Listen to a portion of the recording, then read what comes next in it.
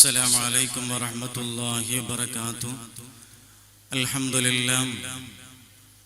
لله رب العالمين، والصلاة والسلام على أفضل المرسلين وعلى آله وصحبه أجمعين. إن أريد إلا الإصلاح ما استطعت وما توفيقي إلا بالله، عليه توكلت وإليه أنيب.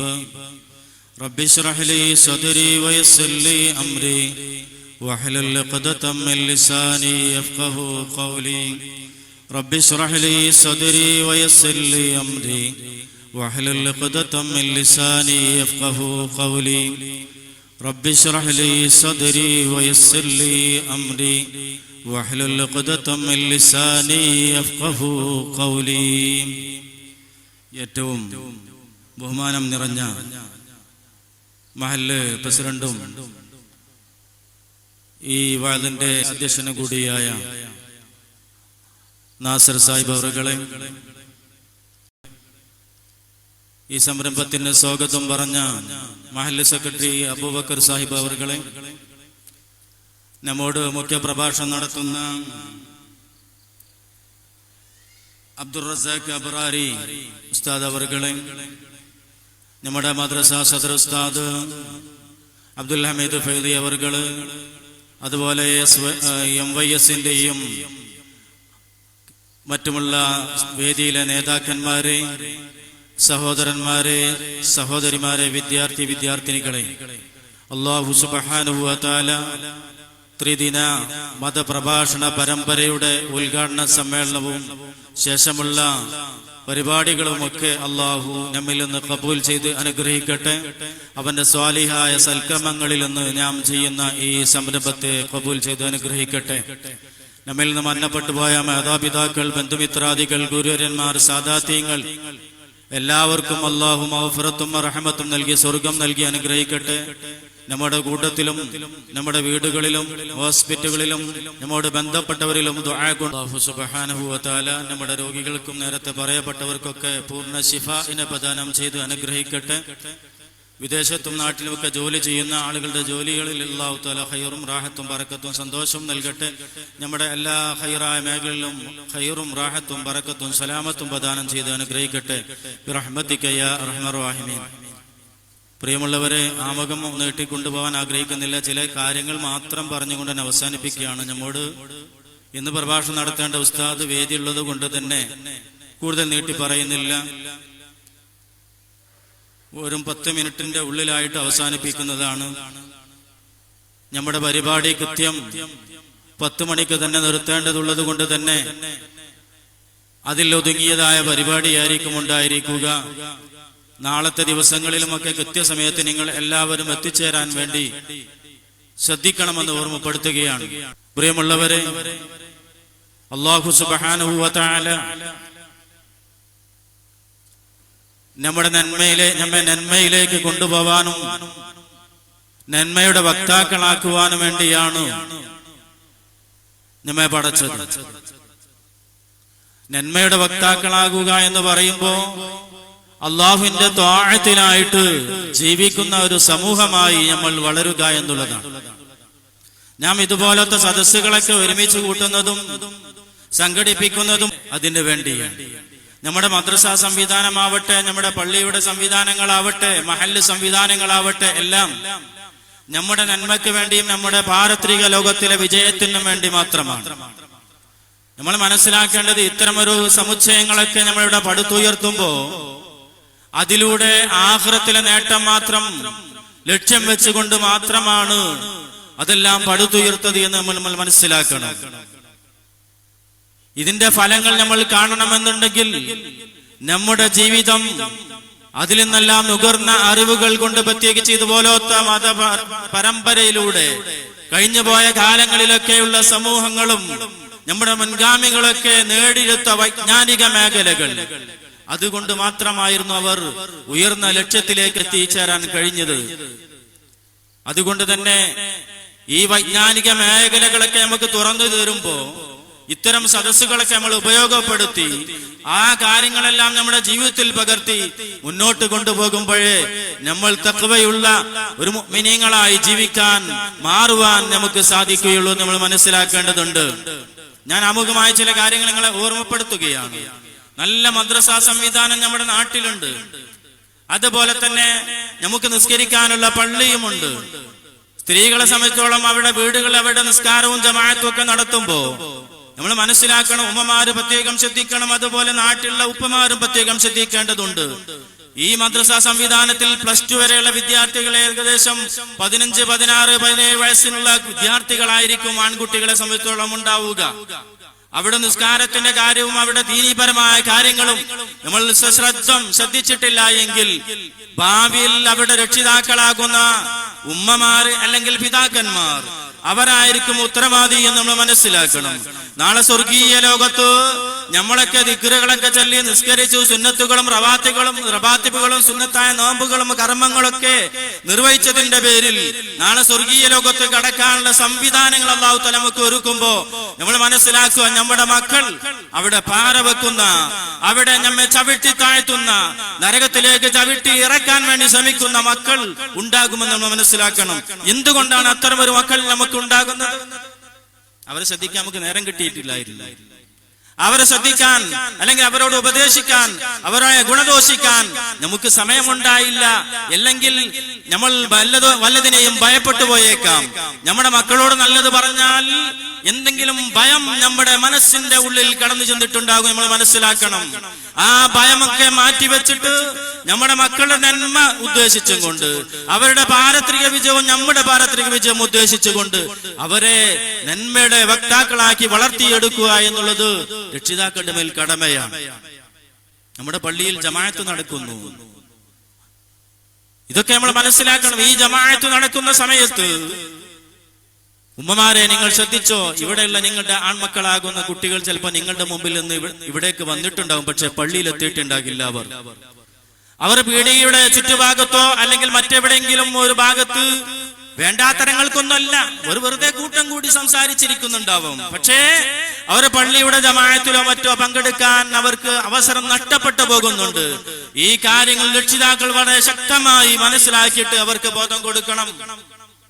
ഭാവി തലമുറ ദീനിനെ കൊണ്ട് നടക്കാൻ, അഥവാ ദീനിന്റെ ആളുകളെ ദീനിലേക്ക് ക്ഷണിക്കുവാൻ വേണ്ടിയുമൊക്കെ ഒരു സമൂഹം ഇവിടെ ഉണ്ടാവണമെന്നുണ്ടെങ്കിൽ അത്തരം ആളുകളെ നമ്മൾ വളർത്തിക്കൊണ്ടുവരിക എന്നുള്ളത് നമ്മുടെ അത്യാവശ്യമായ കാര്യമാണ്. നമ്മൾ മനസ്സിലാക്കേണ്ടതുണ്ട്. പ്രിയമുള്ളവരെ, ഈ കാര്യങ്ങളൊക്കെ നമ്മൾ ശ്രദ്ധിച്ചു കൊണ്ടുപോയാൽ മാത്രമേ നാളെ ഉഖ്റവിയ നേട്ടം നമുക്ക് എല്ലാവർക്കും നമ്മുടെ പരമ്പരകൾക്കും ഒക്കെ ഉണ്ടാവുകയുള്ളൂ എന്ന് നമ്മൾ മനസ്സിലാക്കേണ്ടതുണ്ട്. തഖ്വയുള്ള ജീവിതമാണ് നമുക്ക് വേണ്ടത്. എന്താ ഈ തഖ്വയുള്ള ജീവിതം എന്ന് പറഞ്ഞാൽ? തഖ്വയുള്ള ജീവിതം എന്ന് പറഞ്ഞാൽ മുൻഗാമികളായ സ്വഹാബത്തും റസൂലുള്ളാഹി സ്വല്ലല്ലാഹു അലൈഹി വസല്ലം തങ്ങളും അത്തരം കാര്യങ്ങളെ കുറിച്ച് ജനങ്ങൾക്ക് ബോധം കൊടുത്തത് കൊണ്ട് തന്നെ ആ കാലഘട്ടത്തിലുള്ള സമൂഹം, സ്വഹാബത്തും താബികളും അവർക്ക് ശേഷമുള്ളവരും ഒക്കെ തഖ്വയിൽ അധിഷ്ഠിതമായ ജീവിതം നയിച്ചു. എല്ലാ വെള്ളിയാഴ്ചയും ആ ജുമാ നിസ്കാരം പുരുഷന്മാരെ സംബന്ധിച്ചോളം അത് സ്വഹീഹാവണമെന്നുണ്ടെങ്കിൽ തഖ്വ കൊണ്ടുള്ള വസിയത്ത് നിർബന്ധമാണ്. ആ തഖ്വ കൊണ്ട് വസിയത്തില്ലാത്ത ആ ഖുത്ബ സ്വഹീഹായിട്ടില്ല, അവന്റെ ജുമാ സിഹത്തിനെ ബാധിക്കുന്നതാണ്. ഈ കാര്യങ്ങളൊക്കെ നമ്മൾ മനസ്സിലാക്കുമ്പോ എന്തെല്ലാം പ്രാധാന്യമാണ് തഖ്വക്കുള്ളത്. എന്താണ് തഖ്വ എന്ന് പറഞ്ഞാൽ? അബ്ദുല്ലാഹി ഇബ്നു അബ്ബാസ് റളിയല്ലാഹു തആല അൻഹു പറയുന്നു, മുഫസ്സിറുകളുടെ നേതാവാൻ മഹാനവർകൾ പറയുന്നു, ഏറ്റവും വൻദോഷങ്ങളായ കാര്യങ്ങൾ എന്നല്ല, ചെറുദോഷം പോലും അവൻ വെടിയണമെന്നാണ് മഹാനവർകളുടെ ഭാഷ്യം. ചെറുദോഷം പോലും വെടിഞ്ഞാലേ അവൻ മുത്തഖിയാവുകയുള്ളൂ എന്ന് നമ്മൾ മനസ്സിലാക്കണം. ഇത്തരം ഒരു തഖ്വയുടെ വക്താക്കളായി റസൂലുള്ളാഹി സ്വല്ലല്ലാഹു അലൈഹി വസല്ലം തങ്ങൾ ആ സ്വഹാബത്തിനെ വാർത്തെടുത്തത് കൊണ്ടാണ് അവർ തഖ്വയുള്ള ആളുകളായി മാറിയത്. തഖ്വ എങ്ങനെയാണ് നേടിയെടുക്കുക എന്ന് പോലും നമ്മൾ അറിയാതെ അങ്ങുമെങ്ങും നടക്കുകയാണ്. നമ്മൾ മനസ്സിലാക്കണം, നമ്മുടെ ജീവിതം സംസ്കരിച്ചെടുക്കുമ്പോൾ തെറ്റുകളിൽ നിന്നൊക്കെ വർജിച്ച്, അതുപോലെ തന്നെ മറ്റുള്ള എല്ലാ വേണ്ടാത്തരങ്ങളും ഒക്കെ ഉപേക്ഷിച്ച് നമ്മുടെ ശരീരത്തെ ശുദ്ധമാക്കുമ്പോൾ മാത്രമേ തഖ്വയുള്ള ആളാവുകയുള്ളൂ. മഹാന്മാരായ ആളുകളൊക്കെ എത്ര ഭയപ്പെട്ടു പോയിരുന്നു എന്ന് അറിയുമോ? മഹാനായ ഉമർ ഇബ്നുൽ അബ്ദുൽ അസീസ് റളിയല്ലാഹു തആല അൻഹു ഒരിക്കൽ ചിന്തിച്ചു കൊണ്ടിരിക്കുമ്പോ തന്റെ ഭാര്യ വന്നുകൊണ്ട് ചോദിക്കുന്നു, അതല്ല ഭർത്താവേ, നിങ്ങൾ എന്താണ് ഇങ്ങനെ ചിന്തിച്ചിരിക്കുന്നതെന്ന് ചോദിച്ചപ്പോ അദ്ദേഹം പറഞ്ഞു, ഞാൻ അല്ലാഹുവിനെ പേടിച്ചു പോയി. എന്റെ ഭരണത്തിൽ ഉടുതുണിക്ക് മറുതുണിയില്ലാത്തവരുണ്ട്, അവരുടെ കാര്യം പേടിച്ചുകൊണ്ട് ചിന്തിച്ചു പോയതാണ് എന്ന് സഹധർമ്മിണിയോട് മഹാനവർകൾ പറഞ്ഞുവെങ്കിൽ അവിടെ ഭരണം നടത്തുന്ന ആ ഭരണീയരുടെ കാര്യങ്ങളിൽ പോലും അവർ അള്ളാഹുവിനെ പേടിച്ചിരുന്നു എന്ന് നമ്മൾ മനസ്സിലാക്കണം. അത്തരം ആളുകളായിരുന്നു അവരൊക്കെ. മഹാനായ ഉമർ ബിൻ ഖത്താബ് റളിയല്ലാഹു തആല അൻഹുവിന്റെ സന്നിധിയിലേക്ക് ഒരു ഫഖീർ പാട്ട് പാടിക്കൊണ്ട് കയറി വരികയാണ്. പാട്ട് പാടി കയറി വന്ന ഫഖീർ ഉമർ ബിൻ ഖത്താബ് റളിയല്ലാഹു തആല അൻഹുവിനോട് പറയുകയാണ്, മഹാനായ ഖലീഫ, ഞാൻ ഒരുപാട് ദിവസമായി ഭക്ഷണം കഴിച്ചിട്ട് എന്റെ മക്കൾക്ക് ധരിക്കാൻ വസ്ത്രമില്ല, ഭക്ഷണമില്ല, അത് നിങ്ങൾ തരണമെന്ന് പറഞ്ഞപ്പോൾ മഹാനവർകൾ ആ യാചകനായ ഫഖീറായ മനുഷ്യനോട് പറഞ്ഞു, ഉമർ ബിൻ ഖത്താബ് റളിയല്ലാഹു തആല അൻഹു പറയുകയാണ്, തന്നില്ലെങ്കിൽ നീ എന്ത് ചെയ്യും? ഈ സമയത്ത് മഹാനായ ഉമർ ബിൻ ഖത്താബ് റളിയല്ലാഹു തആല അൻഹുവിന്റെ മനസ്സിൽ ആ സഹോദരൻ ചോദിച്ച ചോദ്യമാണ് ഇറങ്ങിച്ചെന്നത്. എന്താണ് ചോദിച്ചതെന്നറിയുമോ? അദ്ദേഹം പറഞ്ഞത് എന്താണെന്നറിയുമോ? നിങ്ങളുടെ നാളത്തെ പാരത്രിക ലോകത്തെ കാര്യം ഭയപ്പെടണമെന്ന് അവിടെ വെച്ച് പറഞ്ഞപ്പോ മഹാനായ ഉമർ ബിൻ ഖത്താബ് റളിയല്ലാഹു തആല അൻഹു തന്റെ വീട്ടിന്റെ ഉള്ളിലേക്ക് കയറി ചെന്നുകൊണ്ട് ആ പാവപ്പെട്ട മനുഷ്യന് വസ്ത്രവും ഭക്ഷണവും കൊടുത്ത ചരിത്രമാണ് കഴിഞ്ഞു പോയ കാലഘട്ടങ്ങളിലൊക്കെ ഉണ്ടായിരുന്നത്. അള്ളാഹുവിനെ പേടിച്ചവരായിരുന്നു അവർ. എന്തെങ്കിലും ഒരു പ്രയാസങ്ങൾ ഉണ്ടാകുമ്പോൾ അള്ളാഹുവിനെ പേടിച്ചവരാ. മഹാനായ ഉമർ ബിൻ ഞാൻ നിർത്തുകയാണ്. മഹാനായ ഉമർ ബിൻ അബ്ദുൽ അസീസ് റളിയല്ലാഹു തആല അൻഹു അദ്ദേഹം ഒരിക്കൽ തന്റെ ഭരണം നടത്തുന്ന കാലഘട്ടത്തിൽ മഹാനവരുടെ സന്നിധിയിലേക്ക് ഒരു നിവേദക സംഘത്തിൽപ്പെട്ട ഒരു ദൂതനായ മനുഷ്യൻ മറ്റൊരു രാജ്യത്ത് നിന്ന് അദ്ദേഹത്തിന്റെ ഭരണ സംവിധാനമുള്ള ഒരു നാട്ടിൽ നിന്ന് അദ്ദേഹത്തിന്റെ സന്നിധിയിലേക്ക് വന്നപ്പോ മഹാനവർകൾ രാത്രിയായിരുന്നു, മെഴുകുതിരി കത്തിച്ചിരുന്നു.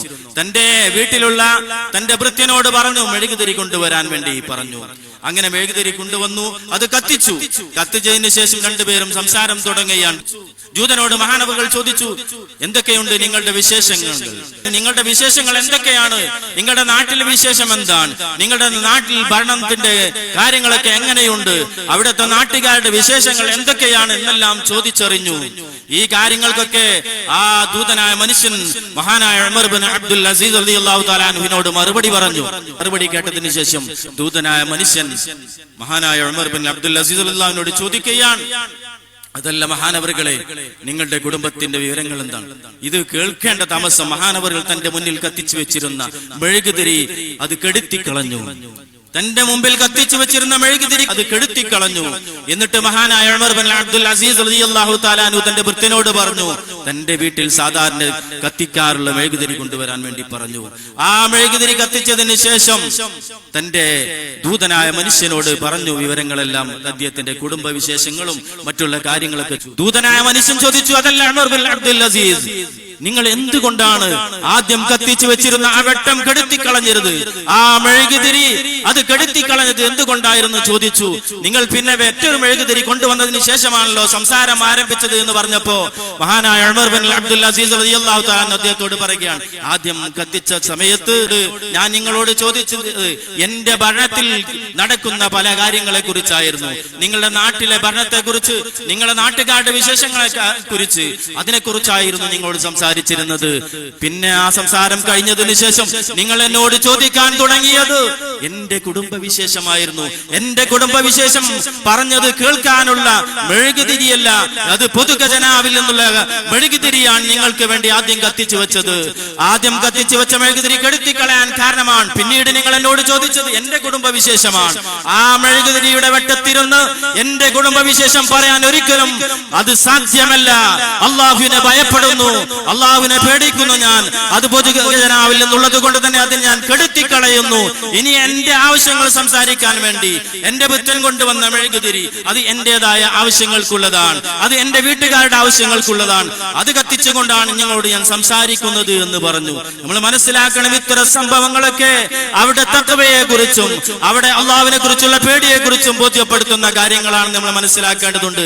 പ്രിയമുള്ളവരെ, മറ്റൊരു കാര്യം നിങ്ങളോടൊക്കെ സൂചിപ്പിക്കാനുള്ളത്, ഈ സംവിധാനങ്ങളും സൗകര്യങ്ങളും ഒക്കെ അള്ളാഹു നമുക്ക് നൽകിയെങ്കിൽ അതിന് ശുക്ർ ചെയ്തുകൊണ്ട് ദീനീ പന്താവിലൂടെ മുന്നോട്ട് പോകാൻ നമ്മൾ എല്ലാവരും പരിശ്രമിക്കണമെന്ന് ഓർമ്മപ്പെടുത്തുകയാണ്. ഇനിയുള്ള നാളുകളിൽ 2 ദിവസങ്ങളിലും എല്ലാ ആളുകളും സജീവമായി ഈ സദസ്സിൽ ഭംഗിയാക്കണമെന്ന് ഓർമ്മപ്പെടുത്തുകയാണ്. അള്ളാഹു അതിന് തൗഫീഖ് നൽകുമാറാവട്ടെ. നമ്മൾ മനസ്സിലാക്കണം, നമ്മൾ ബസ്സിൽ യാത്ര ചെയ്യുമ്പോ പലരും കാണാറുണ്ട്, ബസ്സിൽ യാത്ര ചെയ്യുമ്പോ ഒരു കുട്ടിയെ തന്റെ ഒക്കത്ത് വെച്ചുകൊണ്ട് ഒരു കുട്ടിയെ എടുത്തുകൊണ്ട് ഉമ്മയോ അല്ലെങ്കിൽ മറ്റൊരു സഹോദരനോ വന്നിട്ടുണ്ടാകും. നമ്മളെല്ലാവരും അവിടെ സീറ്റിൽ ഇരിക്കുന്നുണ്ടാകുമെന്ന് സങ്കല്പിക്കാം. എന്തായിരിക്കും ആ നിൽക്കുന്ന വ്യക്തിയുടെ അവസ്ഥ എന്ന് നമ്മൾ മനസ്സിലാക്കണം. ആ വ്യക്തിക്ക് ഒന്ന് എഴുന്നേറ്റ് കൊടുക്കാനുള്ള മനസ്സ്, അത് നന്മയുടെ മനസ്സാണ് നമ്മൾ മനസ്സിലാക്കണം. അതുപോലെ തന്നെ പലയിടങ്ങളിലും കണ്ണു കാണാത്ത അന്ധന്മാരായ ആളുകൾ ഉണ്ടാകും. അവരെ കൈപിടിച്ച് ഒന്ന് അങ്ങോട്ട് ആക്കി കൊടുക്കാൻ, എത്തിച്ചു കൊടുക്കാനുള്ള സംവിധാനം, അതിനുള്ള മനസ്സ്, അത് നമ്മുടെ ശരീരത്തിൽ, നമ്മുടെ ജീവിതത്തിലും ലയിച്ചു ചേരേണ്ടതുണ്ട്. നമ്മൾ ആലോചിച്ച് നോക്കി, എത്ര ബസ് സ്റ്റോപ്പുകൾ നമ്മുടെ നാടുകളിൽ ഉണ്ടാകും. ആ ബസ് സ്റ്റോപ്പുകളെല്ലാം എന്തിനാണ് ഉണ്ടാക്കിയത്? നമ്മുടെ നാടുകൾ എന്നല്ല, എല്ലാ നാട്ടിലുമുണ്ട്. അതുപോലെ തന്നെ മറ്റുള്ള വിശ്രമ കേന്ദ്രങ്ങൾ, ചിലപ്പോൾ ചില സംവിധാനങ്ങൾ, ഹോസ്പിറ്റലുകൾ, അവിടെയൊക്കെ ഇരിക്കാനും സംവിധാനങ്ങൾക്കുമൊക്കെ വ്യത്യസ്തമായ രീതിയിൽ ഉണ്ടായിരിക്കാം. ആ സംവിധാനങ്ങളൊക്കെ അതിൻ്റെതായ ആളുകൾക്ക് അത് കൈമാറി കൊടുക്കുക എന്നുള്ളത് നമ്മുടെ അത്യാവശ്യമായ കാര്യമാണ്. എന്തായി പറയുന്നത്? സീറ്റിൽ നിന്ന് എഴുന്നേറ്റ് കൊടുക്കേണ്ടവർക്ക് എഴുന്നേറ്റ് കൊടുക്കണം, ആദരിക്കേണ്ടവരെ ആദരിക്കണം. മറ്റുള്ളവർ വരുമ്പോൾ അവിടെ നിന്ന് നമ്മൾ മാറി കൊടുത്തിട്ടില്ല എങ്കിൽ അവിടേക്ക് വരേണ്ട ആളുകൾ അവിടെ വരാതെ അങ്ങ് മാറി മറ്റിടത്തും എങ്കിലും പ്രയാസങ്ങൾ ജയിച്ചു നിൽക്കുന്നുണ്ടാകും. നമ്മൾ മനസ്സിലാക്കണം, നമ്മുടെ പ്രദേശങ്ങളിൽ, നാടിന്റെ പല പ്രദേശങ്ങളിലും ഇത്തരം സംവിധാനങ്ങളൊക്കെ ഉണ്ട്. ആ സംവിധാനങ്ങളൊക്കെ അതിൻ്റെതായ ആളുകൾക്ക് ഉപയോഗിക്കാൻ വേണ്ടി നമ്മൾ മാറിക്കൊടുക്കണമെന്ന് ഓർമ്മപ്പെടുത്തുകയാണ്. ഇത് പറയുമ്പോൾ നിങ്ങൾ പലർക്കും പലതും ഓർമ്മ വന്നേക്കാം. നമ്മുടെ യാത്രയിൽ ഉണ്ടായേക്കാം, അല്ലെങ്കിൽ മറ്റുള്ള സന്ദർഭങ്ങളിൽ ഉണ്ടായേക്കാം. ഈ സന്ദർഭങ്ങളിലൊക്കെ പലരുടെയും അവകാശങ്ങൾ അവർക്ക് അത് നൽകപ്പെടേണ്ടവർക്ക് നൽകുക തന്നെ ചെയ്യേണ്ടതുണ്ട്. എന്തിനേറെ മുത്തുനബി മുഹമ്മദ് മുസ്തഫ സല്ലല്ലാഹു അലൈഹി വസല്ലം തങ്ങൾ പറഞ്ഞത് വഴിയിലുള്ള തടസ്സങ്ങൾ പോലും നീക്കണമെന്നാണ്. വഴിയുള്ള തടസ്സങ്ങൾ എന്തിനാ നീക്കുന്നത്? ആളുകൾക്ക് അതിലൂടെ സഞ്ചരിക്കാനുള്ള സംവിധാനം ഒരുക്കുക എന്നുള്ളതാണ്. ഈ സംവിധാനങ്ങളിലൊക്കെ നമ്മൾ മനസ്സിലാക്കണം, അത് എനിക്ക് മാത്രം അവകാശപ്പെട്ടതാണെന്നുള്ള ഒരു ചിന്തയോടുകൂടി ആ സംവിധാനം മുഴുവനായും ഉപയോഗിക്കേണ്ടവരല്ല നമ്മൾ ഈ ദുനിയാവിൽ വിശ്രമിക്കാൻ വന്നവരാണ്. നാളെ ആഖിറമാകുന്ന പാരത്രിക ലോകത്തേക്ക് പോവേണ്ടവരാണ്. വെള്ളിയാഴ്ച ഏതാനും എണ്ണപ്പെട്ട കുറച്ച് ആളുകളെ കിട്ടുള്ളൂ, ബാക്കിയുള്ളവർക്ക് തിരക്കിന്റെ പേരിൽ പോകും. പിന്നെ എന്താണ്, എങ്ങനെയാണ് ആളുകൾക്ക് ബോധം കൊടുക്കുക, ഉത്ബോധനം നടത്തുക? അത് നമ്മൾ മനസ്സിലാക്കണം. ഈ ഒരു 2 സംവിധാനങ്ങളല്ലാതെ മഹല്ലിൽ എന്താണ് പുരുഷന്മാരെ സംബന്ധിച്ചോളം ബോധം കൊടുക്കാൻ? ഏതോ കാലത്ത് 5ാം ക്ലാസ് വരെ നമ്മൾ മദ്രസ പോയിട്ടുണ്ടാകും. ആ ഒരു ബോധം വെച്ച് മുന്നോട്ട് പോവുകയാണെങ്കിൽ നമ്മൾ പല നിലക്കും പിഴച്ചു പോകുമെന്ന് നമ്മൾ മനസ്സിലാക്കണം. അതിനേക്കാൾ അപ്പുറം മഹല്ലുകളിൽ നൽകുന്ന ബോധങ്ങളും അതുപോലെ തന്നെ ഇതുപോലത്തെ മതപ്രഭാഷണങ്ങളെയൊക്കെ ഒരുമിച്ച് കൂടുക എന്നുള്ളത്, അത് പഠിക്കേണ്ട ആവശ്യമൊന്നുമില്ല. ഒരുമിച്ച് കൂടിയാൽ തന്നെ അള്ളാഹുവിന്റെ നൂറ് നമ്മുടെ ഹൃദയത്തിൽ അള്ളാഹു ഇട്ടു തരും. അള്ളാഹു ഇട്ടു തരുമാറാവട്ടെ. നമ്മളൊന്നും പഠിക്കേണ്ട, അവിടെ ആ മജ്‌ലിസ് വന്ന് വെറുതെ ഇരുന്നാൽ മതി. അള്ളാഹു ആ 100 ഇട്ട് തരുന്നത് മൂലം നമ്മൾ വിജയിക്കാൻ, നമ്മുടെ ആഖിബത്ത് നന്നാവുക, നമ്മുടെ ജീവിതം നന്നാവുകയാണ്. ഒന്നും കേട്ടില്ലെങ്കിലും കുഴപ്പമില്ല. നമ്മൾ മനസ്സിലാക്കണം, അത്രക്കും പവറുണ്ട് ഈ മജ്‌ലിസിനെ നമ്മൾ മനസ്സിലാക്കേണ്ടതുണ്ട്. പ്രിയമുള്ളവരെ, ഇതൊക്കെ എന്തിനു വേണ്ടിയാണ് ഈ സംവിധാനങ്ങൾ ഒരുക്കുന്നത്? തഖ്വയുടെ ഒരു സമൂഹത്തെ നമ്മുടെ മഹല്ലിൽ വാർത്തെടുക്കാൻ വേണ്ടിയാണ്. ഇന്നലെ ഞാൻ സൂചിപ്പിച്ച ചില വിഷയങ്ങൾ കൂടുതൽ സമയമില്ലാത്തത് കൊണ്ട് തന്നെ തഖ്വയുടെ ഒരു മജ്‌ലിസ് അത് ഒരുമിച്ച് കൂട്ടി നമ്മൾ ആ പറയുന്ന ആളുകൾക്കും നമുക്കെല്ലാവർക്കും തഖ്വയുടെ ബോധം കൊടുക്കാൻ വേണ്ടിയാണ് ഇത്തരം മജ്‌ലിസുകൾ ഒരുമിച്ച് കൂട്ടുന്നത്. നിങ്ങൾക്കറിയുമോ, അല്ലാഹുവിന്റെ റസൂൽ കരീം സല്ലല്ലാഹു അലൈഹി വസല്ലം തങ്ങൾ തഖ്വ കൊണ്ട് ബോധം കൊടുത്തത് കൊണ്ട് അന്നത്തെ സമൂഹത്തെ അല്ലാഹുവിന്റെ റസൂൽ സമുദ്ധരിക്കാൻ കഴിഞ്ഞത്. അന്നത്തെ കാലത്തുള്ള ആളുകൾ എങ്ങനെ ജാഹിലിയ കാലഘട്ടത്തിൽ, ഇന്നലെ കേട്ടില്ലേ നമ്മള്, ജാഹിലിയ കാലത്തുള്ള ആളുകൾ കല്ലിന്റെയും പെണ്ണിന്റെയും അതുപോലെ വേണ്ടാവൃത്തികളുടെയും ആളുകളായിരുന്നു. അവരെയാണ് റസൂലുള്ളാഹി സ്വല്ലല്ലാഹു അലൈഹി വസല്ലം സമുദ്ധരിച്ചെടുത്തത്. ഇല്ലേ, എത്ര സഹാബത്താണ് മദ്യം നിരോധിക്കപ്പെട്ട സന്ദർഭത്തിൽ അല്ലാഹുവിന്റെ റസൂലിന്റെ ആഹ്വാനം വിശുദ്ധ ഖുർആൻ ഇവിടെ വന്നപ്പോ ആ മദ്യത്തിന്റെ വീപ്പകൾ മറിച്ച് അത് വലിച്ചെറിഞ്ഞ ഒരു സമൂഹമാണ്. അത് റസൂൽ സമുദ്ധരിച്ചതാണ്. അവരാണ് ഇസ്ലാമിന്റെ നായകന്മാർ, ഖലീഫമാർ. ഉമർ ബിൻ ഖത്താബ് റളിയല്ലാഹു തആല അടക്കമുള്ള ആളുകൾ ഘട്ടഘട്ടമായി വിട്ടായിരുന്നു മദ്യത്തെ നിരോധിച്ചിരുന്നത്. കാരണം അവർ അതിന് അടിമപ്പെട്ടു പോയ ഒരു സമൂഹമായിരുന്നു. അല്ലാഹുവിന്റെ ഓർഡർ പ്രകാരം ഘട്ടഘട്ടമായിട്ടാണ് അവരെ സമുദ്ധരിച്ചത്, അതിന് നിരോധന നൽകിയതും. പലരും മദ്യപിച്ച് ഇസ്ലാമിനെ നിസ്കാരത്തിൽ വരെ വന്നപ്പോ സൂറത്ത് ഓതിയപ്പോൾ പേടിച്ചുപോയി മദ്യപിച്ച് നിസ്കാരത്തിൽ പ്രവേശിച്ചത്. കാരണം അങ്ങനത്തെ സഹാബത്താണ്. അവരെയാണ് റസൂലുള്ളാഹി സ്വല്ലല്ലാഹു അലൈഹി വസല്ലം തങ്ങൾ സമുദ്ധരിച്ചത്, തഖ്വയുടെ വക്താക്കളായി കൊണ്ടുവന്നത്. അവിടെ ഇറങ്ങില്ലേ, നിങ്ങൾ ലഹരി ഉപയോഗിച്ചുകൊണ്ട് മദ്യപിച്ചുകൊണ്ട് നിസ്കാരത്തിലേക്ക് അടുക്കാൻ പാടില്ല എന്ന് മുത്തനബി മുഹമ്മദ് മുസ്തഫ സ്വല്ലല്ലാഹു അലൈഹി വസല്ലം തങ്ങൾ വിശുദ്ധ ഖുർആനിലെ വാക്യങ്ങൾ ഉദ്ധരിച്ചുകൊണ്ട് സഹാബത്തിനെ ഉത്ബുദ്ധരാക്കി. ആര് സമൂഹത്തെ ഉത്ബുദ്ധരാക്കിയെങ്കിൽ ഇന്ന് മുസ്ലിം സമൂഹത്തെ സമുദ്ധരിക്കാൻ വേണ്ടി ഇത്തരം നല്ല സംവിധാനങ്ങളാണ് കേരളക്കരയിലുള്ളത്. മറ്റുള്ള സംസ്ഥാനങ്ങളിൽ പോയി നോക്കി, ഇതുപോലെ ഒരു സൗകര്യമോ സംവിധാനങ്ങളോ ഒന്നുമില്ല. അവർ ആശിക്കുകയാണ് ഇത്തരം തഖ്വയുടെ വക്താക്കളെ വാർത്തെടുക്കാൻ നമ്മുടെ നാട്ടിൽ ആരാണുള്ളത് എന്ന്. അവിടെ കേരളത്തിലുള്ള മഹാപണ്ഡിതന്മാർ പോയിക്കൊണ്ട് അവിടെ ഇസ്ലാമിക പ്രബോധനം നടത്തുകയാണ്. അവര് ഫാത്തിഹ പഠിച്ചു കിട്ടിയപ്പോ വലിയ സംഭവമായി കണ്ടവരാണ് അവർ. നിസ്കാരത്തിലുള്ള ഫാത്തിഹ പോലും പോലാൻ കഴിയാത്തവരായിരുന്നു അവർ. അവരാണ് ആഗ്രഹിച്ചത് ഈ സംവിധാനത്തെ.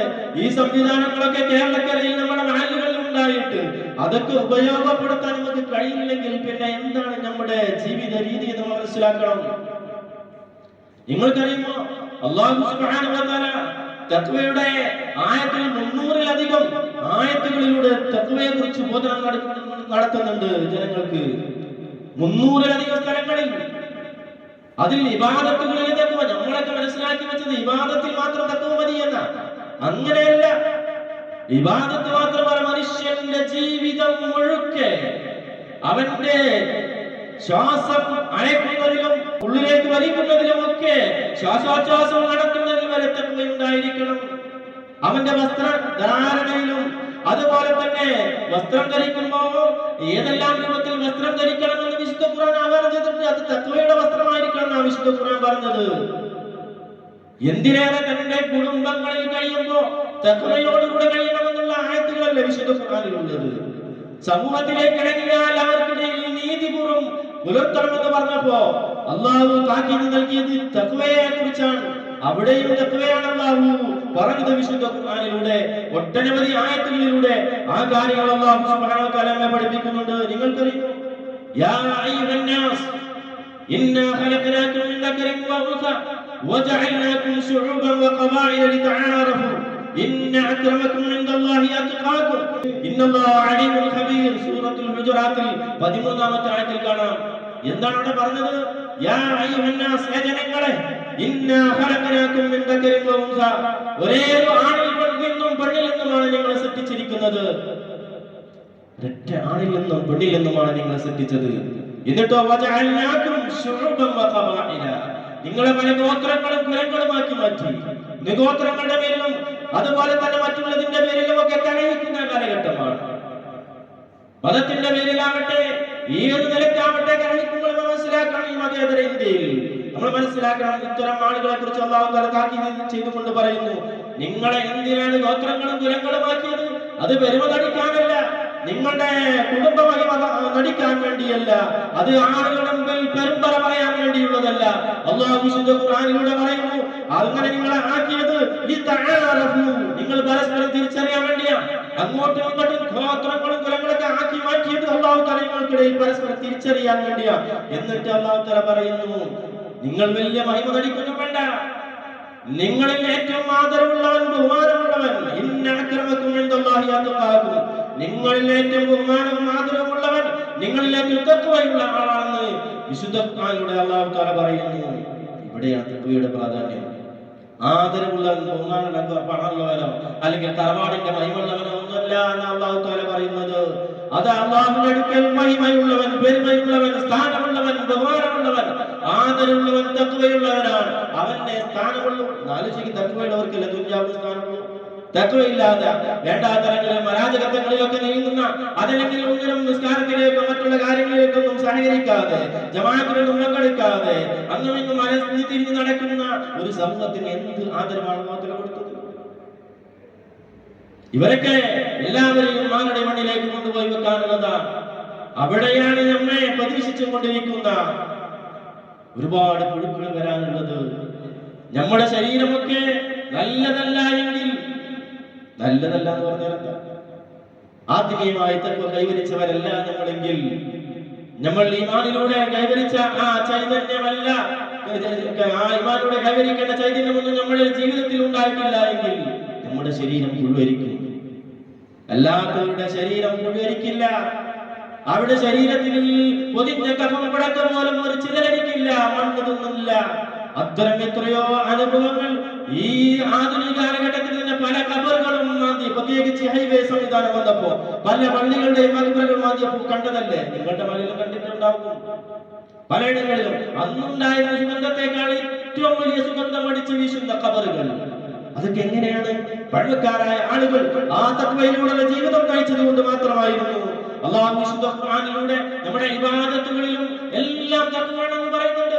അല്ലാഹു പറയുന്നു, ഇത്തഖുല്ലാഹ, നിങ്ങൾ അല്ലാഹുവിനെ സൂക്ഷിക്കുക, വസല്ലു ഖംസകും, 5 നേരം നിങ്ങൾ നിസ്കരിക്കണം, വസ്മുമു ശഹറകും, വിശുദ്ധ റമദാനിൽ നോമ്പനുഷ്ഠിക്കണം, വഅതു സകാത അംവാലികും, നിങ്ങൾ സമ്പത്തിന്റെ മുതൽ കൊടുക്കണം, സകാത്ത് കൊടുക്കണം, വഅതിഉ ഉമറാഅകും, നിങ്ങളുടെ ഉമറാക്കളെ നിങ്ങൾ അനുസരിക്കണം, വഴിപ്പെടണം.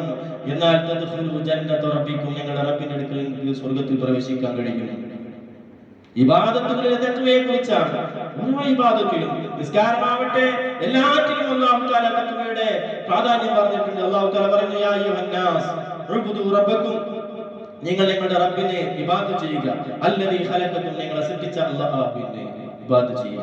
വല്ലദീന മിൻ ഖബ്ലിക്കും, നിങ്ങളുടെ മുൻഗാമികളെ സൃഷ്ടിച്ച അല്ലാഹുവിനെ നിങ്ങൾ ഇബാദത്ത് ചെയ്യണം. ആ ഇബാദത്തിനെ കുറിച്ച് അല്ലാഹു തആല പറയുന്നു. എങ്ങനെയാണ്, എന്തിനു വേണ്ടിയാണ് നിങ്ങൾ ആ ഇബാദത്ത് ചെയ്യുന്നത്? ലഅല്ലക്കും തത്തഖൂൻ, നിങ്ങൾ മുത്തഖീങ്ങളാവാൻ വേണ്ടി. നോമ്പിനെ കുറിച്ച് പരിശോധിച്ച് നോക്കി, അവിടെ എന്താ പറയുന്നത് അറിയോ? യാ അയ്യുഹല്ലദീന ആമനൂ കുതിബ അലൈക്കുമുസ് സിയാമു കമാ കുതിബ അലൽ ലദീന മിൻ ഖബ്ലിക്കും ലഅല്ലക്കും തത്തഖൂൻ. യാ അയ്യുഹല്ലദീന ആമനൂ, വിശ്വാസികളെ, കുതിബ അലൈക്കുമുസ് സിയാമു, നിങ്ങളുടെ മേൽ നോമ്പിനെ ഫർളാക്കപ്പെട്ടിരിക്കുന്നു. എന്തിനു വേണ്ടിയാണ് നോമ്പിനെ ഫർളാക്കപ്പെട്ടത്? നിങ്ങളുടെ മുൻഗാമികൾക്ക് ഫർളാക്കപ്പെട്ട പോലെ തന്നെ. എന്തിനു വേണ്ടിയാണ്? ലഅല്ലക്കും തത്തഖൂൻ, നിങ്ങൾ തഖ്വയുള്ള ആളുകളാവാൻ വേണ്ടി. വസ്ത്രധാരണമാക്കി ഓരോ കാര്യങ്ങളിലും അല്ലാഹു സുബ്ഹാനഹു വ തആല തഖ്വയെ കുറിച്ച് പറഞ്ഞിട്ടുണ്ട്. നമ്മുടെ ഉദൂയത്തിന്റെ വിഷയമാവട്ടെ, അത് ഉദൂയത്തിന്റെ വിഷയത്തിൽ, ആവിന്റെ വിഷയത്തിൽ അല്ലാഹു തആല പറഞ്ഞില്ല, ലൻ യനാലല്ലാഹു ലുഹൂമുഹാ വലാ ദിമാഉഹാ വലാകിൻ യനാലുഹു തഖ്വാ മിൻകും. നിങ്ങൾ അറുക്കുന്ന മാംസത്തിന്റെ മാംസമോ അല്ലെങ്കിൽ രക്തമോ അല്ലാഹുവിലേക്ക് എത്തുകയില്ല. പക്ഷേ വലാകിൻ യനാലുഹു തഖ്വാ മിൻകും, നിങ്ങളുടെ തഖ്വയാണ് അല്ലാഹുവിലേക്ക് എത്തുക എന്ന് അല്ലാഹു വിശുദ്ധ ഖുർആനിലൂടെ പറയുന്നു. വസ്ത്രധാരണയെ കുറിച്ച് എന്താ അല്ലാഹു തആല പറഞ്ഞു? യാ ബനി ആദമ ഖദ് അൻസൽനാ അലൈക്കും ലിബാസൻ യുവാരി സൗആതികും വരീശൻ വലിബാസു തഖ്വാ ദാലിക ഖൈർ ദാലിക മിൻ ആയാതില്ലാഹി ലഅല്ലഹും യതദക്കറൂൻ. ഏ ആദം സന്തതി, മനുഷ്യ, ഖദ് അൻസൽനാ അലൈക്കും ലിബാസൻ യുവാരി സൗആതികും വരീശ, അലങ്കാരത്തിന്റെ, നിങ്ങളുടെ ഔറത്ത് മറക്കാനുള്ള വസ്ത്രം നിങ്ങൾക്ക് ഞാൻ ഇറക്കി തന്നു. നിങ്ങൾക്ക് ഔറത്ത് മറക്കാനുള്ള അലങ്കാര വസ്ത്രം, ഭംഗിയുള്ള വസ്ത്രം നിങ്ങൾക്ക് ഞാൻ ഇറക്കി തന്നു. എന്നിട്ട് മാത്രം പറയുന്നു, വലിബാസു തഖ്വ, ഒരുപാട് വസ്ത്രങ്ങൾ ഉണ്ടാകും ലോകത്ത്, അല്ലേ? അലങ്കാരമുള്ള വസ്ത്രങ്ങളുണ്ട്. പക്ഷേ വലിബാസു തഖ്വ, തഖ്വയുടെ വസ്ത്രം ഉണ്ടല്ലോ, ഏതെങ്കിലും ഡെസ്റ്റിനേഷൻ ചെന്നാൽ കിട്ടും? അത് കിട്ടും. തഖ്വയുടെ വസ്ത്രം അത് കിട്ടും. ഏതാണ് തഖ്വയുടെ വസ്ത്രം? അതൊന്നുമല്ല ഇന്ന് സമൂഹം തെരഞ്ഞെടുക്കുന്നത്. നമ്മുടെ വസ്ത്രങ്ങളിലൊക്കെ, വസ്ത്രധാരണങ്ങളിലൊക്കെ വ്യത്യസ്തമായ രീതികൾ സ്വീകരിച്ചു കൊണ്ടിരിക്കുകയാണ്. ഏതാണ് തഖ്വയുടെ വസ്ത്രം? നിങ്ങളുടെ ഔറത്തുകൾ മറക്കുന്ന വസ്ത്രം, അതാണ് തഖ്വയുടെ വസ്ത്രം. തഖ്വയുടെ വസ്ത്രം അതാണ് ഖൈർ. ഔറത്തുകൾ മറക്കാത്ത ഒരുപാട് വസ്ത്രങ്ങളുണ്ട്. നമ്മുടെ ശരീരത്തിന് ഇസ്ലാമിന്റെ ആളുകൾക്ക് യോജിച്ചതല്ലാത്ത വസ്ത്രങ്ങൾ, അത്തരം വസ്ത്രങ്ങൾ നമ്മൾ വർജിക്കേണ്ടതുണ്ട്. ഈ കാര്യങ്ങളൊക്കെ അല്ലാഹു തആല പറഞ്ഞത് അവന്റെ ദൃഷ്ടാന്തങ്ങളിൽപ്പെട്ട കാര്യങ്ങളാണ്. ഇതെന്തിനാണ് ഇതൊക്കെ പറഞ്ഞത്? ലഅല്ലഹും യതദക്കറൂൻ, അവർ ഉപദേശം ശ്രദ്ധിക്കാൻ വേണ്ടിയാണ്, ഉപദേശം കേൾക്കാൻ വേണ്ടിയാണ്. ഈ ഉത്ബോധനം അവർക്ക് ലഭിക്കാൻ വേണ്ടിയാണ്, അവരെല്ലാവരും ഉത്ബുദ്ധരാവാൻ വേണ്ടിയാണ് അല്ലാഹു സുബ്ഹാനഹു വ തആല വസ്ത്രധാരണയുടെ വിഷയത്തിൽ പോലും ഇങ്ങനെ പറഞ്ഞ ലിബാസു തഖ്വ എന്ന് പറഞ്ഞത്. ഇത് നമുക്ക് കാണാൻ സാധിക്കും. എല്ലാ വെള്ളിയാഴ്ച നമ്മൾ കേൾക്കാറുണ്ട് അല്ലേ? അതാണ് വസിയ്യത്ത്. ആ വസിയ്യത്ത് നമ്മുടെ കുടുംബങ്ങളോട്, മക്കളോട്, എല്ലാവരോടും നടത്തണം. അള്ളാഹു അതിന് തൗഫീഖ് നൽകുമാറാവട്ടെ. നമ്മുടെ എല്ലാ കാര്യങ്ങളും അള്ളാഹു സുബ്ഹാനഹു വ തആല റാഹത്തിലും സന്തോഷത്തിലും ആക്കി തരുമാറാവട്ടെ. നമ്മുടെ എല്ലാവരുടെയും പ്രയാസങ്ങളും ബുദ്ധിമുട്ടുകളും രോഗങ്ങൾക്കും അള്ളാഹു തആല അറിഞ്ഞു നൽകുമാറാവട്ടെ. നമ്മുടെ കുടുംബങ്ങളിൽ നിന്ന് മരണപ്പെട്ടു പോയ ഒരുപാട് ആളുകൾ, ഇവിടെ അന്ത്യവിശ്രമം കൊള്ളുന്ന മുഅ്മിനുകൾ, മുഅ്മിനാത്തുകൾ, അള്ളാഹു സുബ്ഹാനഹു വ തആല അവർക്കൊക്കെ മഗ്ഫിറത്തും റഹ്മത്തും നൽകി സ്വർഗ്ഗം നൽകി അനുഗ്രഹിക്കുമാറാവട്ടെ. നമ്മുടെ വാദിന്റെ മജ്ലിസിലേക്കൊക്കെ സഹായിച്ച ആളുകൾ, അവർക്ക് ഭക്ഷണം കൊടുത്ത ആളുകൾ, അതിനുവേണ്ടി ആരൊക്കെ സഹകരിച്ചോ അവിടെ വന്നിരുന്നോ എല്ലാവർക്കും അല്ലാഹു ഖൈറും ബറക്കത്തും സലാമത്തും പ്രദാനം ചെയ്യുമാറാവട്ടെ. റഹ്മതിക യാ അർഹമർ റഹീമീൻ. നമ്മൾ ഈ ദുനിയാവിൽ വിശ്രമിക്കാൻ വന്നവരാണ്. നാളെ ആഖിറമാകുന്ന പാരത്രിക ലോകത്തേക്ക് പോവേണ്ടവരാണ്, സഞ്ചരിക്കേണ്ടവരാണുള്ള ബോധത്തോടുകൂടെ ഞാനും നിങ്ങളുമൊക്കെ ജീവിക്കണമെന്ന് ഓർമ്മപ്പെടുത്തിക്കൊണ്ട് ഞാൻ അവസാനിപ്പിക്കുകയാണ്. വാഖിർ ദഅവാനാ അൽഹംദുലില്ലാഹി റബ്ബിൽ ആലമീൻ. അസ്സലാമു അലൈക്കും വറഹ്മത്തുള്ളാഹി വബറകാതുഹു.